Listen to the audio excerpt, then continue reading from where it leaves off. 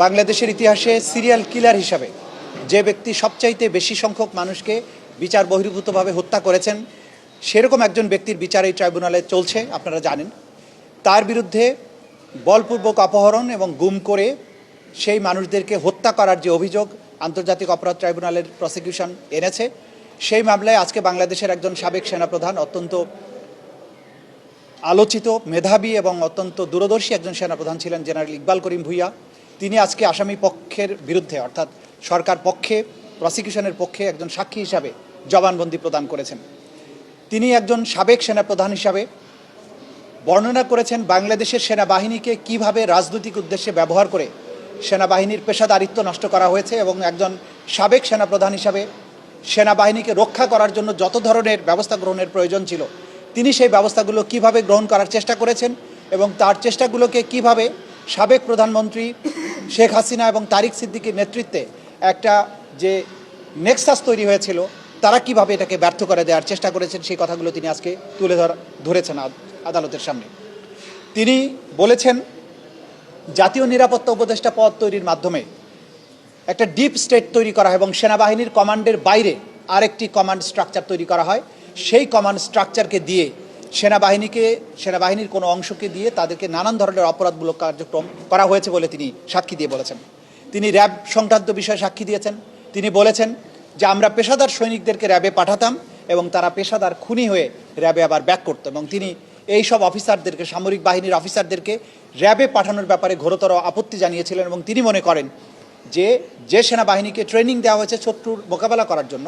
শত্রুর সাথে তার পেশাদারিত্বে দেখিয়ে শত্রুকে হত্যা করার যে ট্রেনিং,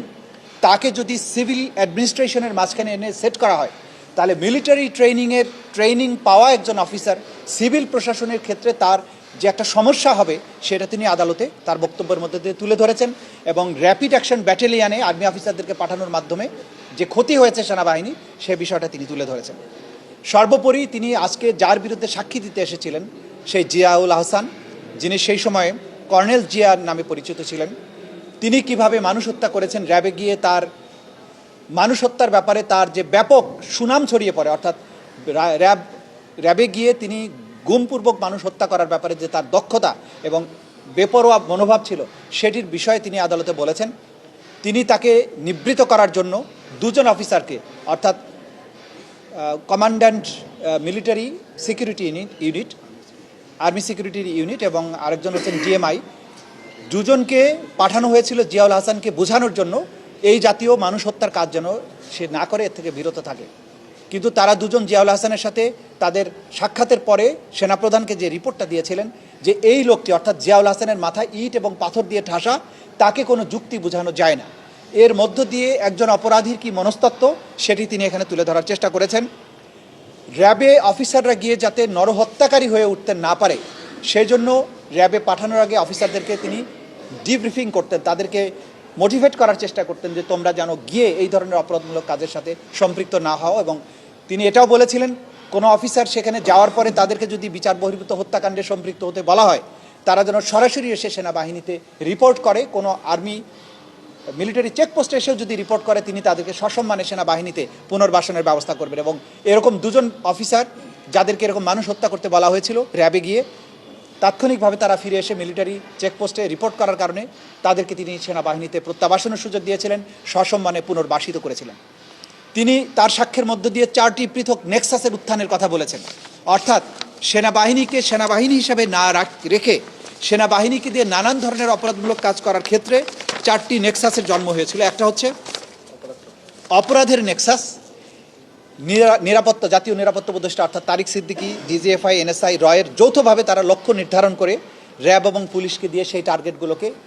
তুলে আনা এবং তাদেরকে হত্যা করা, নিশ্চিহ্ন করা, এরকম একটা নেক্সাস তৈরি হয়েছিল, সেটার কথা তিনি বলেছেন।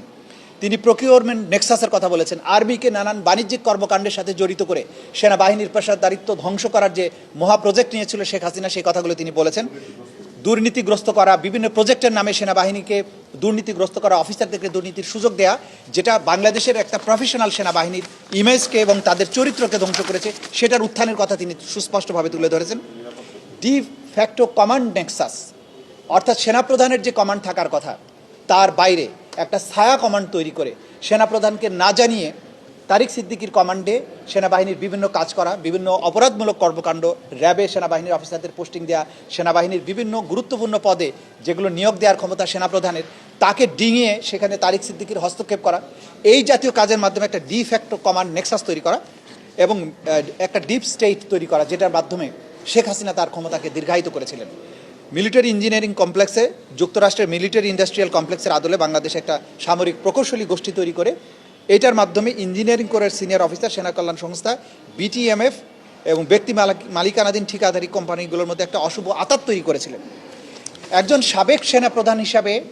সেনাবাহিনীকে অতীতের এই স্বৈর শাসকেরা কীভাবে নষ্ট করেছিল এবং সেটাকে থেকে ফিরিয়ে আনা এবং সেনাবাহিনীকে তার আপন মহিমায় ভাস্বর করার জন্য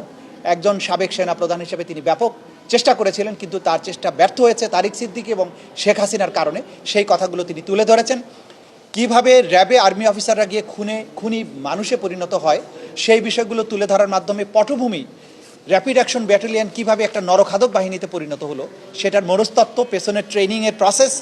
কিভাবে রাজনীতিকরণ করা হয়েছে, কারা তাদেরকে এইভাবে একটা দানবে পরিণত করেছিল, সেই কথাগুলো তিনি একের পর এক তুলে ধরছেন। তার বক্তব্য রাখা শুরু হয়েছে, অসমাপ্ত আছে। আজকের মতো তার বক্তব্য স্থগিত করা হয়েছে। আগামীকালকে সকাল 10টায় তিনি আবার আসবেন। তার অসমাপ্ত যে সাক্ষ্য সেটি তিনি আদালতে প্রমাণ, যেটা বলেছে এটা ওপেন কোর্টে বলেছেন, আপনারা সবাই শুনেছেন। আপনারা না, সেই বিষয়টা আমি রিপিট করতে চাই না। উনি বলেছেন যে ডিজিএফআই যে রাজনৈতিক নেতাদেরকে তুলে নিয়ে নির্যাতন করত তার একটা উদাহরণ তিনি দেখিয়েছেন এবং তিনি তার সাক্ষ্যের মধ্য দিয়ে কিন্তু এটা বলার চেষ্টা করেছেন যে কিভাবে ডিজিএফআইকে দিয়ে তারিক সিদ্দিকীরা একটা ডিফ্যাক্টো কমান্ড স্ট্রাকচার তৈরি করেছিলেন এবং তারা অপরাধমূলক কাজ করতেন, রাজনীতি নিয়ন্ত্রণ করতেন,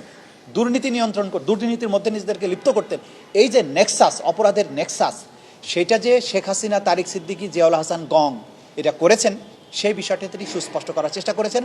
তিনি যে পদে ছিলেন সেনাবাহিনীর প্রধান হিসাবে তার এগুলো জানার কথা, তিনি এগুলো জেনেছেন তার সোর্স থেকে, তার অফিসিয়াল ক্যাপাসিটির কারণে। সেই কারণে তার এই সাক্ষ্য এই মামলার জন্য অসম্ভব গুরুত্বপূর্ণ। এই মামলা তার সাক্ষ্য প্রদানের মাধ্যমে যদি এই অপরাধগুলোর একটা প্রপার বিচার হয় তাহলে আগামী দিনে বাংলাদেশে এই ধরনের অপরাধের পুনরাবৃত্তি চিরদিনের জন্য বন্ধ হয়ে যাবে, এটা আমরা বিশ্বাস করি।